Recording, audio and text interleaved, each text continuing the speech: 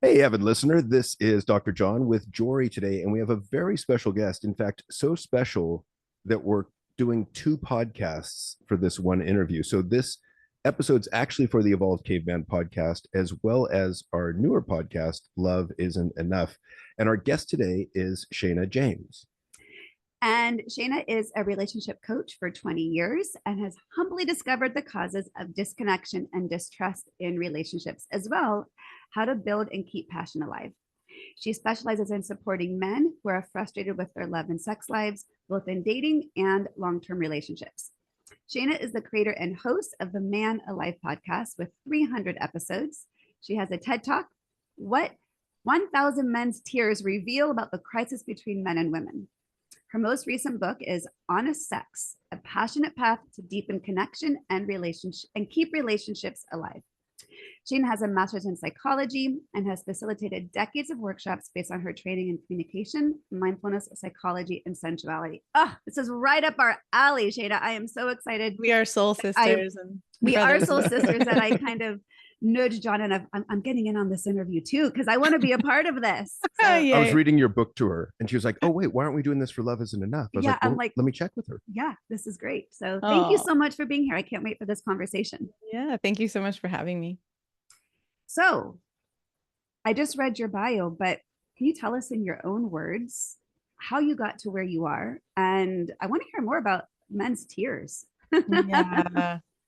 I was just writing something recently about this where, I mean, I've had, I don't know, probably more than 1,000 men cry with me at this point because I was leading workshops for a while where I was on a team of women where men came to get honest and loving feedback from us. And I mean, it radically changed my life. I was in my 20s when I started that. And it was so heartbreaking and heart affirming at the same time, like to really realize what men were struggling with and how I had never had a window into their hearts and their struggles. And it changed me. And I don't know. I committed. It sounds like they may not have even had a window into their hearts and their struggles until given a platform to access. Yes, well said, right? It was a place where we made it safe for them to come forward in that way. And I think that is, I mean, that's something that I imagine you two talk about. And the way I think about it is that relational healing that happens, right? Where we create that kind of safety and then everybody heals in the process of it. Absolutely. Yeah, some of that healing relational work can't be done outside of partnership. That's kind of this paradox. Yes, though I do feel like that is what I do when I'm working with men.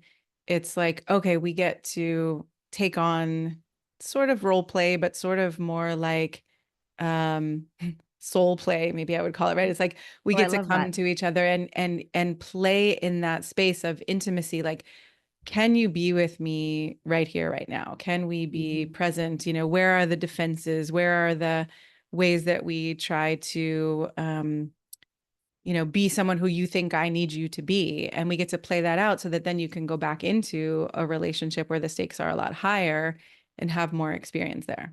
Yeah, it's interesting to me because I use that phrase a lot with the men that I work with, play, and just, thanks for playing with me, or let's play around with this, or why don't you just play around with this throughout the week? Because it drastically reduces the emotional stakes involved in what we're doing here. Totally. And it's just fun experimentation. Yeah.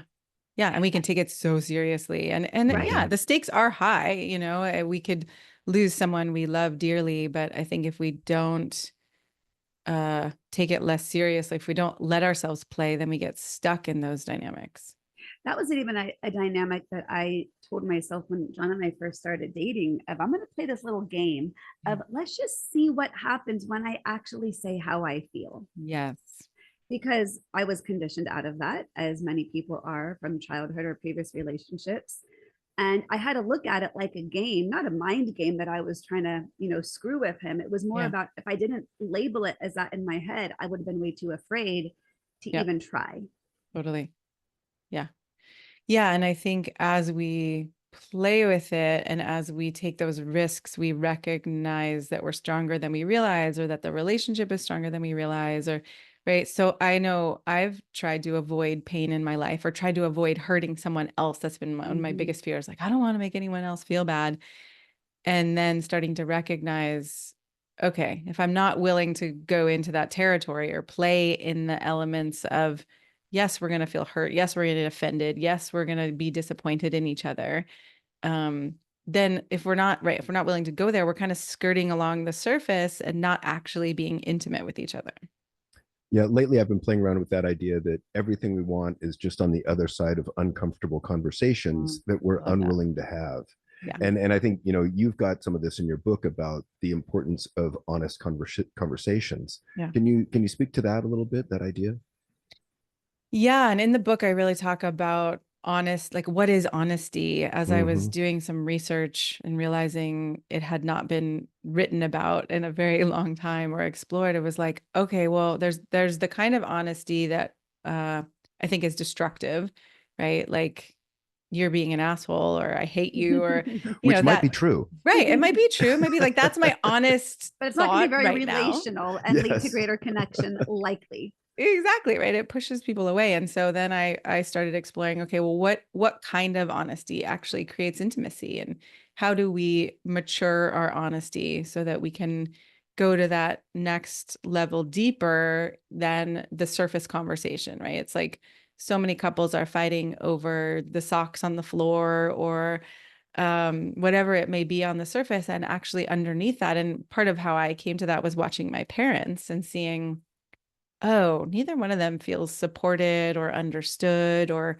cherished or appreciated. And so all the things that they're fighting about are actually this surface level, but deeper than that are the real pains that people don't always talk about. When I work with my clients, I talk about the details and the patterns. And the details would be those socks on the floor, the crumbs The on the kitchen dishwasher. counter, the dishwasher, Yeah. these ubiquitous issues that couples feel so emotionally charged about whenever you mention the crumbs or the dishwasher, right? Yeah. But I'm really interested in those patterns. And it's really scary to look at. And I mean, even in mine and John's relationship, we've done a lot of this deep work that really we got into after he broke up with me 2 years ago for a short period of time. And delving into what's underneath my fear of not being able to speak to those patterns of the hurt, the vulnerability. And it's usually some really deep attachment wounds. Yeah. Yeah. Agreed.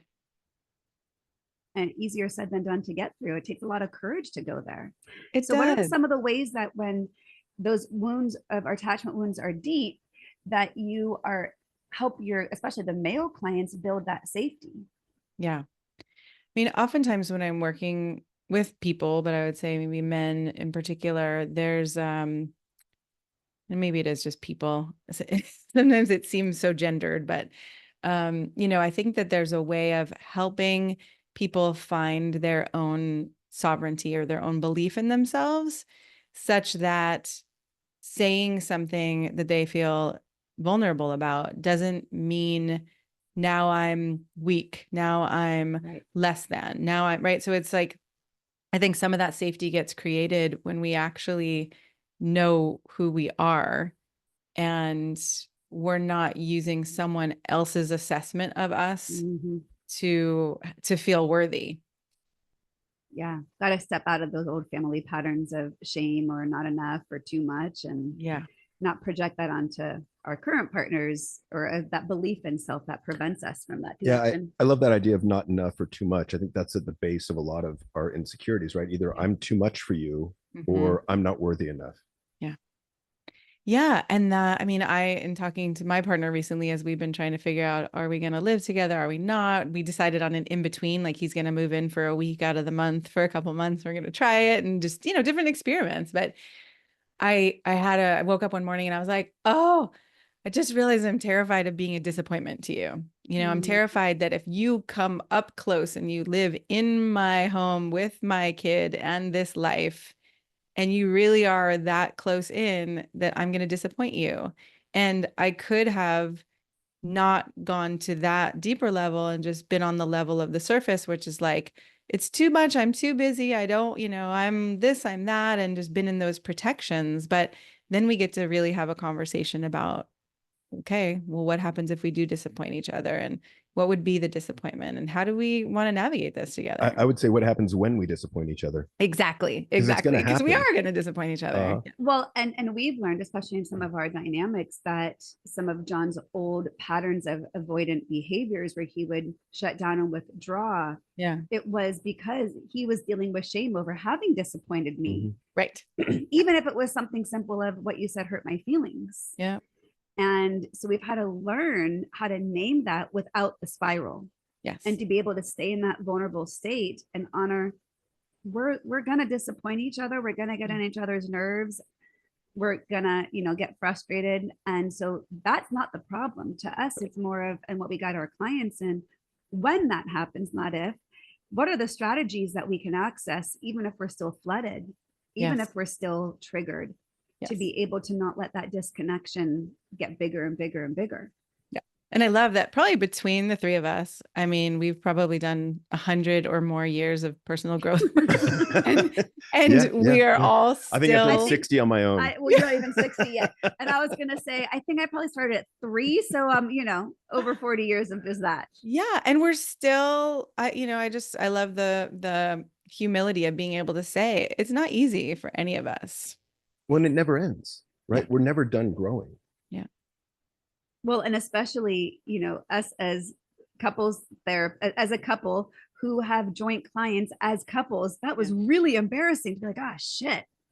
Because during our breakups, we were still seeing clients, and I'm sure they were like, okay, our therapist just broke up. What does this mean for either how good they are or what they're teaching us? Do we trust them? Totally. But it was the humility of saying, look, we're still human. And it's no matter how much you know this, how much you've been trained in this, how much you cognitively get it. When you're dealing with emotions, it's a different ballgame of being able to self-regulate. Well, and one of the questions I had along this line is, one of the lines in your bio says that you humbly discovered the causes of disconnection and distrust. What can you explain that line? Yeah, well, I was divorced 12 years ago with a 1-year-old Congratulations. child. Thank you. Woohoo. And it was painful, still is painful in some ways, but I think it was one of the best things that's ever happened to me. And so it does feel humble. I mean, my ex and I are co-parenting, and we're good friends now. And we talk sometimes about what it was like back then and how neither one of us could, we had our different ways of shutting down, but neither one of us really was able to have these kinds of mature conversations, or one of us could at a time, but the other couldn't. Or in different topics, one of us could and the other one couldn't. And, he's acknowledged like, wow, you've done a lot of work. So I think, the humility comes in. I was divorced while I was coaching people in relationships. And so I know what that's like. And really recognizing that even though I thought I had a master's in psychology and I'd done all this transformational work, and like I was still a kindergartner when I got married. Yeah. We both married our high school sweetheart. So who knows anything when you're a young person, right? Yeah. So what do you find as the most common everyday causes of disconnection? I mean, we mentioned the surface level, the socks and the crumbs and the dishwasher, but we know that those patterns are much deeper. So the disconnection, the distrust, what do you see as some consistent patterns in the people you work with, or what you've written about? Yeah, I mean, it reminds me of something that my partner has said to me, which he said, I've never had this kind of intimacy in a relationship. And because we can talk about anything, he said, like, I feel trust that we can get through anything. And I think that so often people are scared to say, I just got my feelings hurt, like you said, or I'm really struggling with the way we divide responsibilities, or so some of it I think is just a fear of being known. I think some of it is feeling misunderstood or feeling not supported, but also just kind of thinking, well, I guess this is how it is. I guess this is what I get. This is this is even better than the examples I saw of my parents. So just it feels to me like if we could all consciously come to the table and say, hey, this is what I want and need. Hey, this is what I want and need. Oh, cool. Let's, where do we line up, and where are we going to have some struggles, and what agreements do we want to make so that we both feel respected and appreciated and understood? It would be a game changer, but most people aren't entering into relationships that way. Well, it always amazes me how much, like, the thing we want the most at some level is to be fully seen. Yeah. And at the same time, we are scared shitless to be fully seen. Yeah. Brene Brown has a great quote in her Netflix special called A Courage, where she says, "We all want to be loved, but we're afraid to be seen." Yeah. That I was going to say vulnerability that, is like, scary as hell. totally. And I think for those of us in the personal growth therapy world, I think we're in touch with that desire to be seen. I think it can be so terrifying for people who maybe haven't done this kind of work that, I don't know, some people to me seem like they don't want to be seen, or they don't, or there's such a conflict or a struggle inside. Like one part really wants to be seen and another part is like, hell no, I am not going to show you this part, because if you see me, again, too much, not enough, you're going to leave me. I'm not going to be the person you thought I was. All of that. Well, I think it goes, I mean, one thing we talk a lot about is the deeper part of, I want to be seen. However, I'm not even able to see myself. Yes. Right. Because this idea, this image that I have in my head is, a little scab. And if you go pick the scab, there's fear of, when will the blood ever stop? Like it'll just gush. Yeah. And if that's the case, then what? Yeah. And so that inability to self-reveal as a habit almost from self-protection for so long, likely against, again, those attachment wounds in early childhood, and where they weren't seen and acknowledged. Yes. And those are some of my favorite moments when I'm coaching, again, people, but like there's specific moments with men where, as a woman ally or a woman who's helping them heal some of the wounds with women, to really pause them and be like, hey, I see you there. And the tears, or the oh my God, the it's exhale. so, the exhale. Yeah. That way of it just, it's like, I don't even have words for it, to know that someone finally feels known or appreciated, and then to see what happens as they go out into their lives, and there's less to prove or less to try to, get that approval from the outside. There's just something so powerful about seeing people come into themselves and then relax and realize, oh, I'm not trying to be someone for you. I actually get to be me, and I can be loved even more that way. Shana, let me ask you this, because I think it's a really important question. It's also kind of a new question, at least in my awareness. Yeah. How do you coach men to begin to practice vulnerability? Well, I think first of all, we practice it together. So in that But way, some people are better at practicing it than others. Totally. So how do I get them to practice it even with me? Yeah, I guess initially with you, but then out in the real world as well. Yeah. Well, yeah, I often, like in the workshops, I would often see it like, okay, we're going to practice here together, so we're not throwing you back to the wolves, right? So it gives you, once you get it in your bones, you have a little bit more of a sense of, I can do this, or, oh, I know that my pattern is to freeze. So now that I know that, if I'm in a conversation with my partner and I freeze, I can say, okay, I was expecting this. So here, here's my tool belt.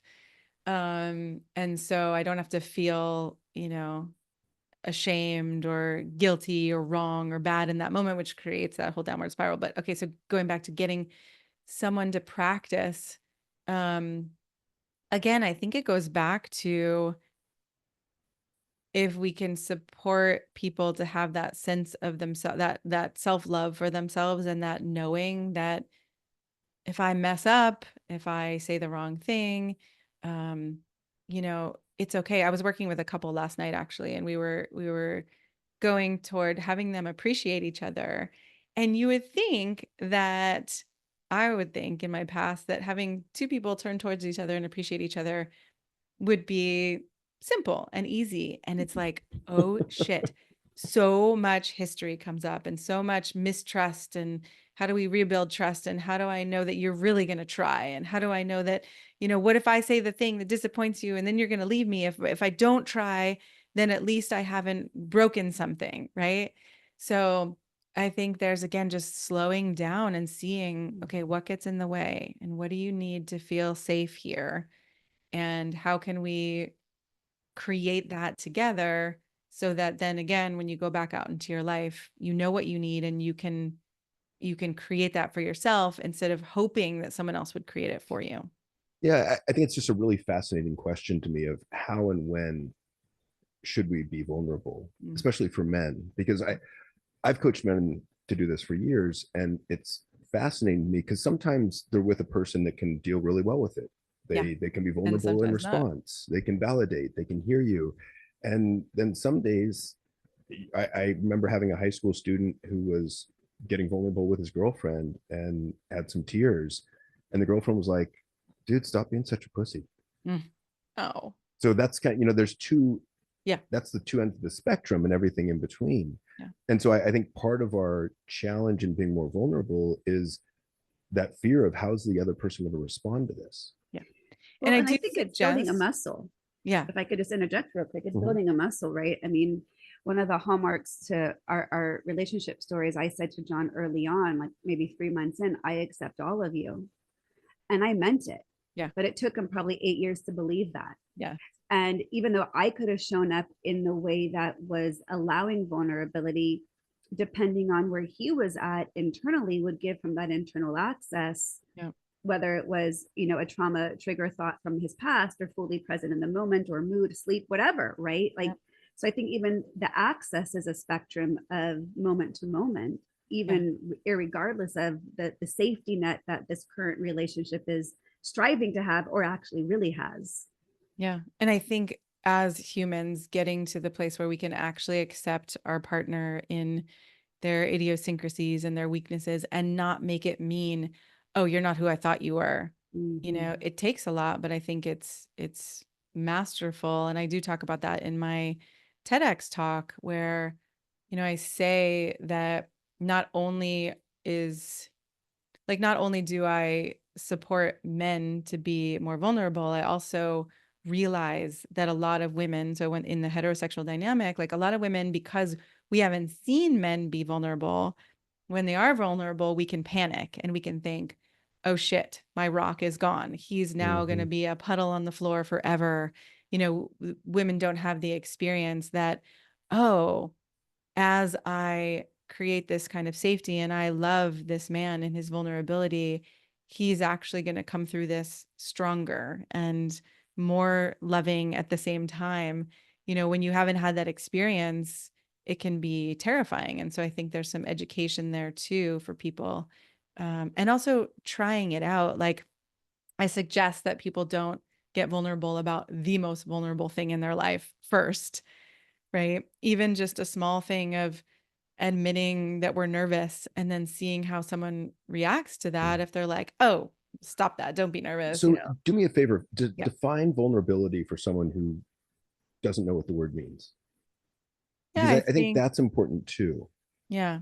I think for me, vulnerability is just admitting to something that maybe we feel scared to say or feel scared to be seen, or it's something tender that we hold close to us and maybe that we worry, okay, if somebody sees this, are they going to still love me? I was going to say, how would I how would you define it? Yeah. Sharing, I think it's important. To me, vulnerability is sharing my authentic truth. And I think of it as, or acting in, not just, maybe it's not just communication, but acting in, or you could act vulnerably. I mean, it's a state of being. It's an action, right? It's a verb. It's not just a thought or a concept. In my mind, it's an act of doing, but to me, it's authentic truth. I guess I see it as the sharing of your internal world, your thoughts, feelings, that internal landscape, much of which we're terrified to share with someone because we're afraid of being judged or disappointing someone. Or I mean, and many people have that desire, but may not even know even how to begin to access their own part. So I think that's a challenge. How would you say for someone who has the desire to be more vulnerable, but doesn't even know what that means? Because if you haven't been socialized or around people who use language or role model that level of internal self-awareness, then it might be just a big black hole of, I don't even know where to start. What do you mean? Yeah. Well, first you got to figure out what you feel, which is one of the reasons I fell in love with your book, because it starts out with self-awareness. And I'm like, damn, yeah, she's on point. Yeah, first you have to figure out what you feel and what's happening inside here and your emotions and your sensations. And I also spend a lot of time with people asking the question of what do you actually want? Because if we don't know what we feel, we usually also don't know what we want. If we've been conditioned out of it, there's expectations and there shoulds. And so again, one of the things I think that surprised me is that people often come to me. Some people come with a lot of clarity. Some people come with a sense of clarity, but I don't know if I could ever have this. And then some people come with a like, I don't even know. I just know I want something to be different, or I just know I want it to feel a certain way, but I don't know what I really want. I just know I don't want the next 5 years to look like the past 5 years. Or I want Exactly. to stop feeling the way I've been feeling. Yeah. But I think in response to all this, I think three of the most important questions we can ask ourselves is, how do I feel right now? Just to build that muscle of emotional awareness. Yeah. What do I want? Yeah. And what do I need? Because a lot of times adults can't answer those. No. And like those are fundamental self-awareness questions. Yeah. And I get stuck with the want need because I've definitely been a good girl, disappear my desires to make other people happy. And so sometimes for me, I don't even separate the want need. I'm like, I don't know if this is a want or a need, but here's one, one of them. And I think it is valuable to distinguish, but I also think if we have a hard time, we can just start with, I don't know if it's a want or a need, but there's something. It's about desire to me and tuning in. And especially, I mean, men and women are each going to come with their own unique challenges of being able to access. And I think women especially are conditioned, like you said, outside of it as caretakers. Yeah. And I don't know if you know who Dr. Edith Eger is. She's a 95-year-old Holocaust survivor. I love her. Yeah. I love her too. And a couple of years ago, she posted on Instagram 4 questions. It was actually on Passover, which was the anniversary of when her family got taken back in World War II. But she said, the 4 questions she was going to ask different this year was, what do I want? Who wants it? And I think that's really interesting because she qualifies that sometimes what we want, we actually aren't sure, is it me who wants this, or is this what somebody else wants for me, or what I've been conditioned to push aside my own needs. So what do I want? Who wants it? What am I going to do about it? And when? And I give those 4 questions to my clients to journal on. And I myself journaled on that, the first one, for months, honestly, where every day it was just getting the muscle built. It doesn't matter, am I going to achieve this? Is it going to happen? Am I over attached to it? But just building that muscle of being curious. If I'd have to take care of anybody else right now, what do I want? When I think we parents lose that connection with our wants and needs, right? Because I know when I was a dad of 4 young kids, like, what do you want for dinner? I don't care. Like, what does everyone else want? Because I'm the easiest one to please. So far easier to just subjugate my needs to allow for the greater good. And I think that was my family dynamic too. Growing up was like, okay, at least if people could get what they want, maybe there'd be some semblance of peace or happiness here. So I don't care, right? I just want the joy. I want the lightness. So let's talk about sex. Yeah. So this is, part of the title of your book is honest sex. So what does honest sex mean? And let's go into all the sex questions and conversation that I love to have because most people don't have. Let's make the listener really uncomfortable as we really dig into sex. Or really aroused. Or aroused, uncomfortable and aroused, because I'm just saying it's they possible. both come together. Well, I see honest sex as people knowing themselves and having sex with that honesty and that vulnerability, right? The sense of like, oh, I actually know what I want. I can feel what I feel. I can be honest about what I do like and what I don't like, or what's happening for me in this moment. And when I get disconnected, and right, that it's like real people. We're not taking on a role or playing out a fantasy. While fantasies are great and we can play fantasies, but we can play fantasies from a place of actually being honest with ourselves and honest with each other. Yeah. And for so many couples who aren't vulnerable in other parts of their life, that's going to be really, really hard to do. Right. Which is why the honest section came before the sex section in the book. Because it's like, you're not going to have honest sex. You're not going to have sex that lasts and a sex life that feels vital if you're actually not intimate or being connected for real. Well, yeah. And if you don't know what you want and need in bed, you can't ask for it. Also, if you Right. don't feel worthy of asking for it, you're not going to ask for it. Exactly. Well, and one of the things that we've really learned is how often people are people pleasers Yes. and wanting to make the other person happy. Yeah. And what that translates to during sex is not knowing how to receive Yes. and always feeling like they have to instantly give back or make it even or do their share. And that's or been not feel what they're practice. feeling because they're trying to, help someone else feel a certain way, or right, their worth depends on you having an orgasm or you feeling a certain way. Right. So I'm not actually in my body. I'm just trying to make it happen over there. Right. Yeah, that's a really common experience that I've heard throughout the years of just not being present when you're having sex. Can you Yeah. speak to that a little bit? Yeah, I mean, I think if you're trying to get somewhere, and so I talked about in the book about shifting from the goal orientation to the being present right here and now orientation, right? And I have these experiences in my own life, and I've talked about them with clients, where when you actually let go of trying to get somewhere else, there's so much more sensation and pleasure and intimacy that happens. And sometimes looking into someone's eyes or touching fingers and being so, so present can be as pleasurable or even more, orgasmic than having what people think of as a sexual orgasm. So, yeah, there's just so much that happens when we slow down and be here together in this moment. And the shame and the fear and I don't actually know what I'm doing right now. That's all part of it. And it can take some time to be able to integrate that into sex. But I firmly believe that if we don't do that, there's a hope that sex will get better over time, but we stack so many disappointments and so many you missed me and so many, that was okay, but it wasn't mind blowing because I didn't say, hey, can you move a little to the left, or because I don't want to hurt your feelings. Fear of speaking up, right? We're not going to be That- vulnerable to ask or share or to give feedback.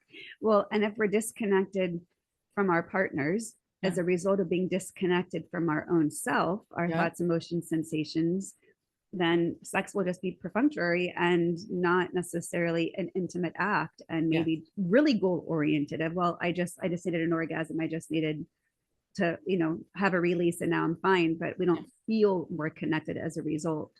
Yeah. Well, it strikes me that we have to gain the courage to speak up for what we want and need in bed. Yes. And then once we do, we have to hope that our partner will receive it well, because that's the other part of it too, right? That, oh, that's what you want? Okay, I can do that. Instead of, what do you mean I'm not doing it right? Right. Or I always did that. You never said it was a problem before. Right. Like defensiveness. And that's why I do also suggest having different conversations before, during, and after. And right, I think if a couple is in that place where it's hard for you to hear your partner's desires without going into the shame of there's something wrong with me, then I highly suggest getting some support from a coach or a therapist where, outside of the moment of having sex, you're unraveling or understanding, why is it so hard for me to be generous, or to hear that that you like it a different way. Like, how does that trigger my shame and my rejection wounds, so that we actually can be intimate in the moment when we do want to have sex? Oh, back to that belief of I'm not enough.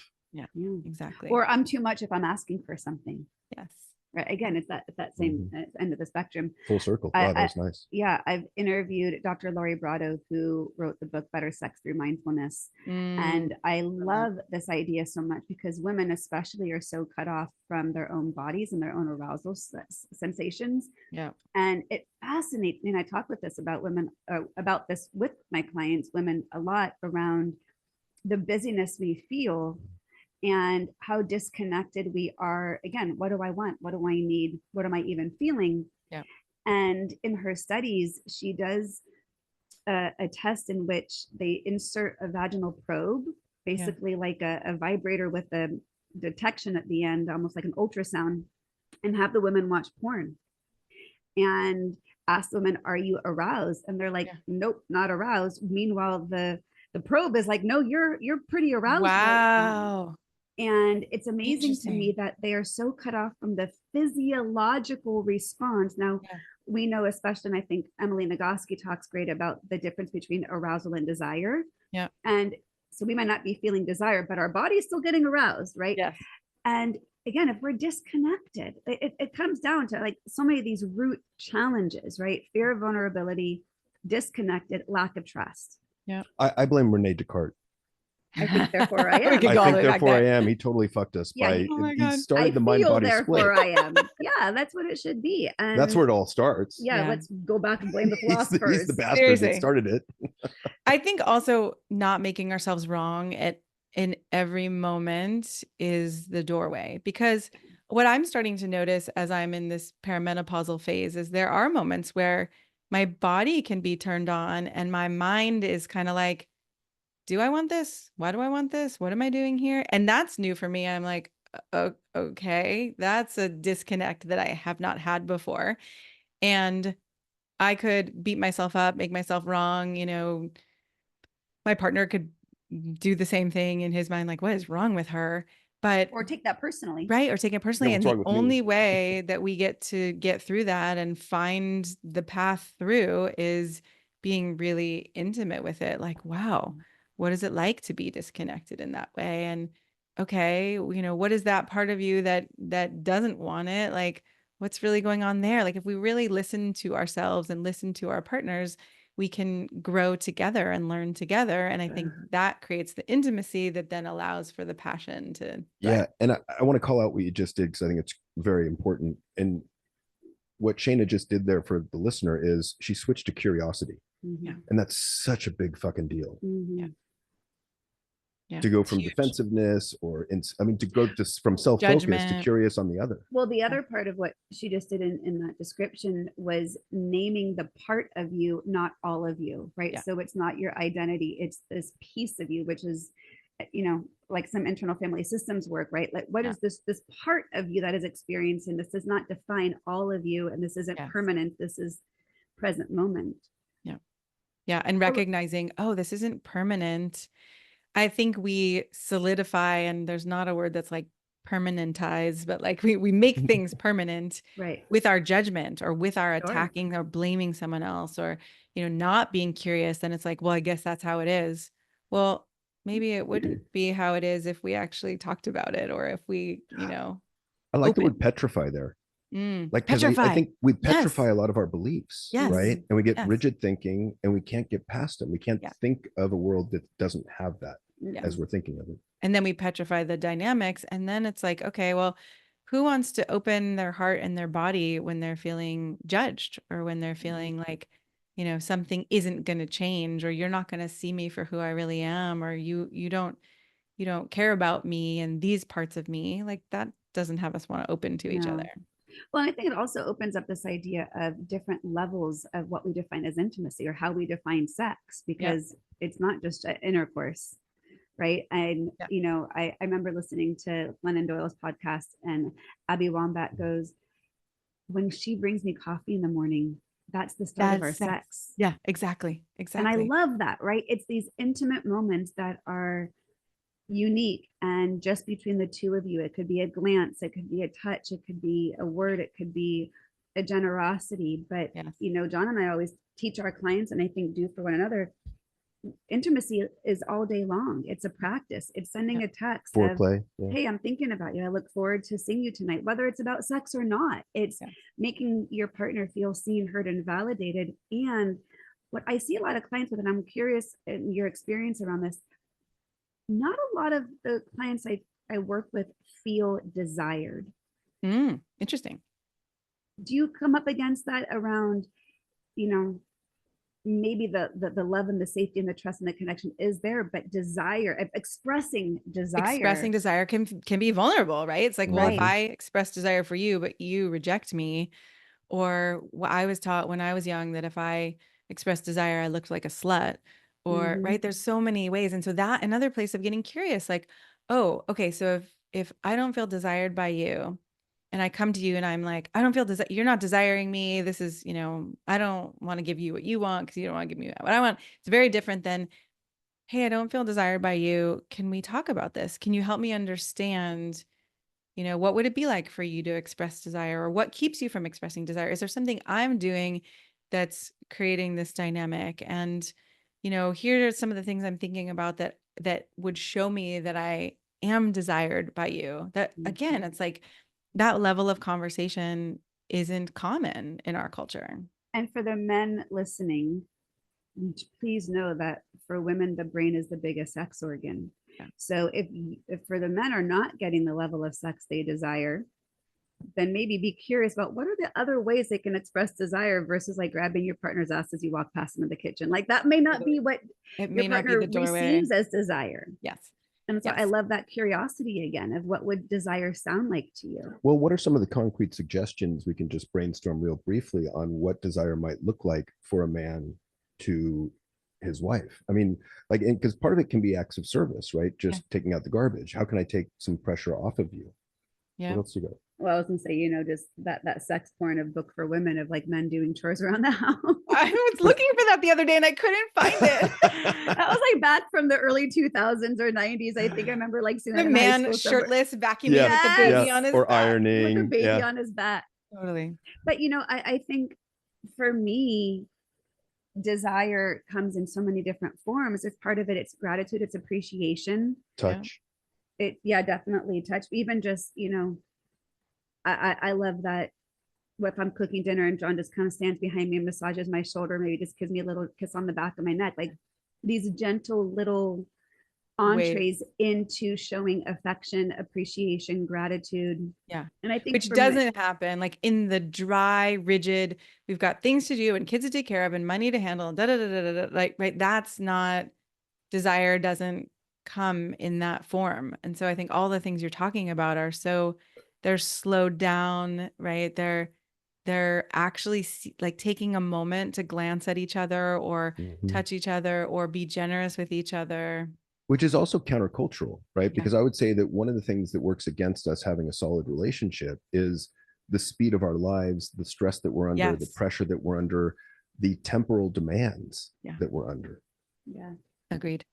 And especially for couples struggling with their sex life and intimacy who are raising young kids. I mean, forget it. Like it's so hard to find that door in when literally, especially as a newer mom, you don't want to be touched. Right. You're like, oh my God, I'm being grabbed at. Might do that and they shrug them off. Totally.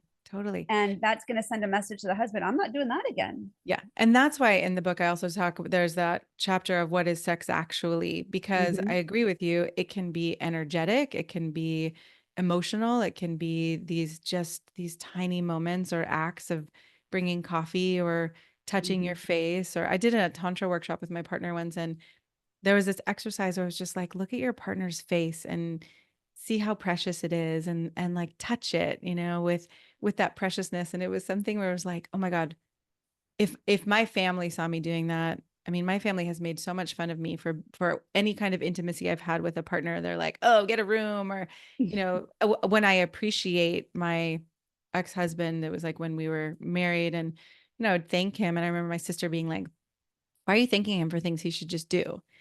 And it's like, that's the culture we're raised in is, and it's harsh, and it doesn't open our hearts. We don't feel wanted. We don't feel appreciated. And so I think expanding sex to actually understand, oh, sex can be a moment of feeling seen or appreciated or touched, whether it's energetically, emotionally, or physically, or in our soul, right? Then we stop thinking, I got to get to that one point where your genitals and my genitals are together and we're naked, and right. Can we actually enjoy what happens along the way and even call that sex, so that we're not trying to get to that one kind of sex? Yeah, I think it's hard to find and maintain connection in a hyper individualistic society like the one we live in. Yeah. It doesn't lend itself to slowing down, to connecting, to appreciating the other. And I think it's interesting because I guess on one level, the work that we all do is highly countercultural. Yeah. Yeah, we're fighting an uphill battle already. Yeah, it's sad to me, and also helps me feel understood. Like, oh yeah, that's why I've often felt so different or so shunned, is because even though this feels so right in my heart and soul and body, it's not what's actually out there. Yeah. I don't think there's any more important work I could be doing. And yet at times in my career, it's been hard to bring men in. Yeah. Because of the culture. Yeah. What would be, as we wrap up, some of your favorite tips, maybe, whether it's tools or suggestions you have in the book for somebody who wants to start to access this level of what we're talking about, intimacy, vulnerability, connection, building that foundation of trust, some maybe, simple practices or things they can do on their own.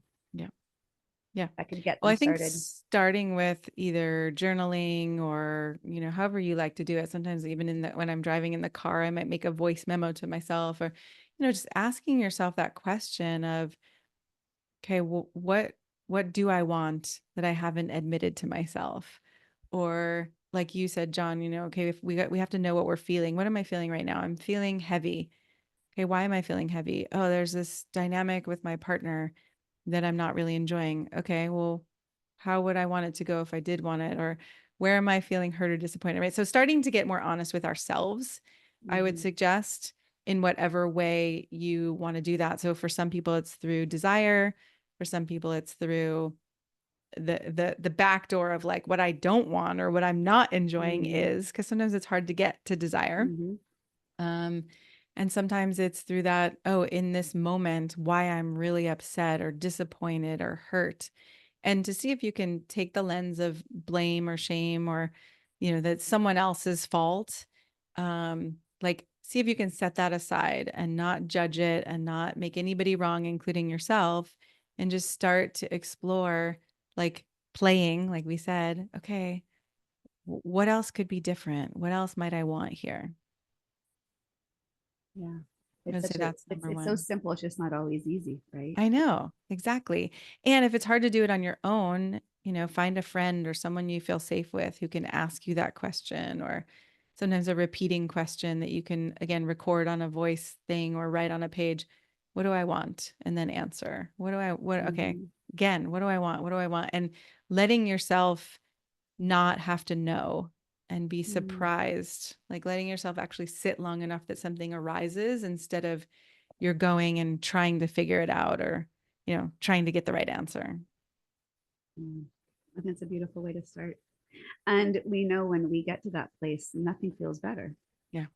And so it really makes the work or the pain of facing the challenges or the roadblocks that have prevented us from getting there in the past. Yeah. I like that idea from Julie Monano. I'm going to butcher this a little bit, who just wrote Secure Love.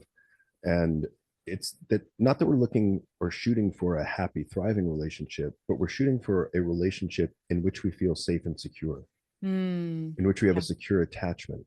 Yeah. And that it's a game changer once you get there and can truly relax into a relationship. I mean, I just did it at 55 and never before. Yeah. And those attachment wounds can really prevent the access into developing the capacity for trust and safety. For sure. Yeah. So that's another thing too, is start to look at what are my struggles? What are my challenges? And then you don't have to know how you're going to overcome them. But if you start asking yourself, like, what am I actually struggling with? Then, maybe you start an internet search of, who supports with that, or what resources are there, or who can I talk to about this? And again, not making yourself wrong that you're having those challenges, but actually just starting to get honest and then see, okay, where do I want to go from here? Well, and I think one of the things that John and I really value, I mean, we did it in our own relationship, but it's also the basis of our Love Isn't Enough relationship coaching, is recognizing, being clear on what is my work to heal and what is the relationship work to work on. Right? Because sometimes you could be giving the best tools and resources for couples, but if those attachment wounds have not been addressed individually, you're going to have a really hard time accessing those tools and those resources.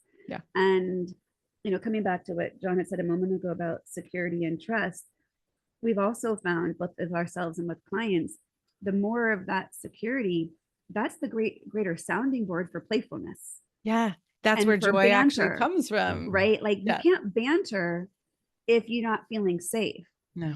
And then it's going to come across as a criticism or as a jab or as a dig. And then it's going to spiral and like the layers, or just even into better intimacy and more fulfilling and satisfying actual sex, not just intimacy. Exactly. Yeah, Exactly. and we know that we have to feel safe and secure. And if we don't, you effectively cut off half of the positive emotions available to you. Yeah.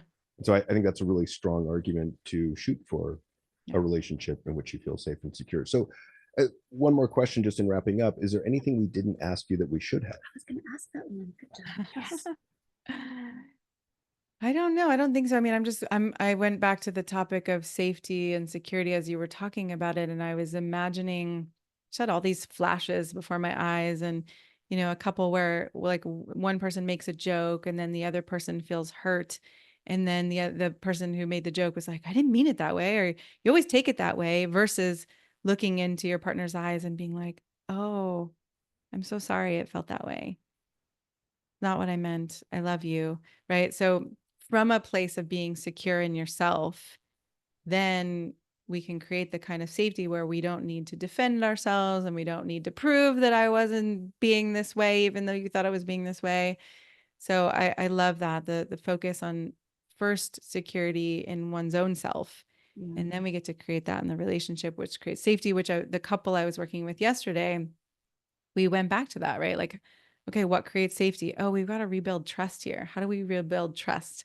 So really just going back to those basic building blocks. And oftentimes when I'm working with a couple, we have to go back to agreements around how are we going to have these conversations?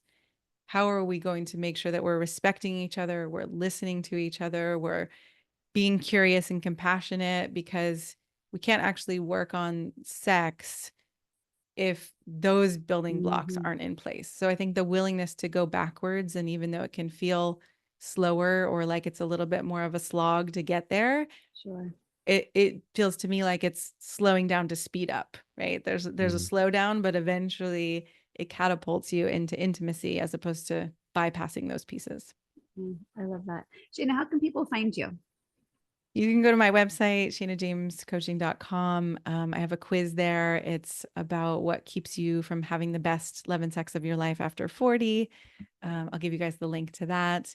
That'd be great. Yeah, We'll my put that new in the show notes. podcast. Yeah, my new podcast is called Practicing Love. And it's similar to what you guys are doing. It's like, okay, how do we practice, and hearing from people about their real struggles and what they're practicing now. I don't think of it as, oh, we overcame that and now we're done with that. It's like, okay, what are we still practicing? And so getting that vulnerable sense of what other people are going through feels really important to me. Yeah, that we know that vulnerability breeds connection. So when people can hear those everyday real life stories, they feel not so alone. Yeah, exactly. And what's the best way for people to get your book, Honest Sex? Yeah, you can get it on Amazon, or if you go to my website, you can also I think the link is my website /book. You can get a virtual copy of it for free, or you can go order it on Amazon. Is great too. Awesome. Well, Shana, it's been such a fun time having this conversation. This is right up our alley of what we like to geek out around and I love to it. go into deeper, because it's all the things I think most people want, but just don't even know how to begin. Agreed. So thank you for the work that you're doing. And it was really a pleasure to be able to talk with you and to delve in further. Thank you. And I appreciate really the two of you. Topics. Yeah, I appreciate the two of you. I'd love to have you on my podcast too. And I appreciate how you are being vulnerable and honest and real. And to me, that I think it's such an example of how it doesn't take away from you being amazing, right? Just as in relationship, it can be scary. Like, oh, if I show this part that I don't know what I'm doing, then I'm not going to be the strong, independent woman or the strong, powerful man. But the reality is that you are more trustworthy and more inspiring because of it. So thank you so much for being willing. I think ultimately the vulnerability makes us more powerful. Exactly. So thank you. We'd love to do that. And thank you also from me for coming aboard. It was fantastic. Thank you. And that is it for this episode of The Evolved Caveman and Love Isn't Enough. If you love this episode, if it was meaningful to you, leave a review. Leave a review. Leave a you review. Can like and share. Sharing's good, but leave a review. And if you didn't like it, that's fine. You don't have to do a damn thing. Thanks so much. Until next time.